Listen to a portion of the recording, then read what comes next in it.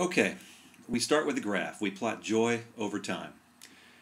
Here you can see the standard joy line. And to be clear, this is all made up stuff. This is parable. It's a story.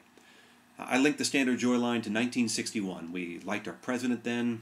Most of the world liked us then. We were coming out of the boring 1950s. The 60s looked a lot more promising. It's a time when the level of joy seemed right.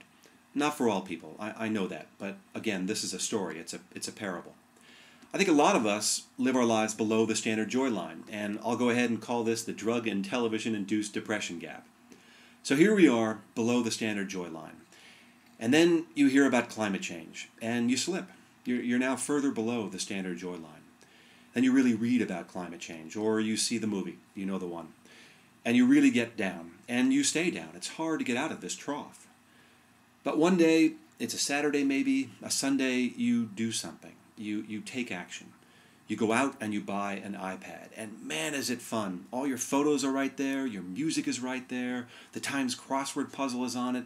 Plus you're an early adopter, so you're cool. It really makes you feel better. Kind of. You're still well below the joy line.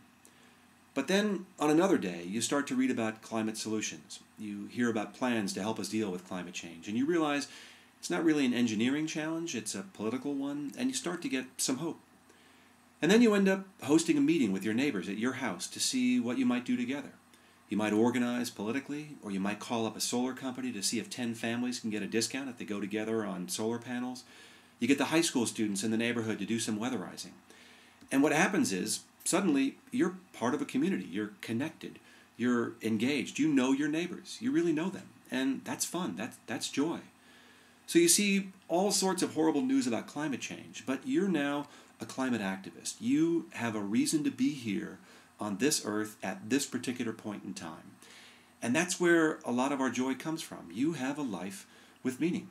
And that's a good thing. That's a really good thing.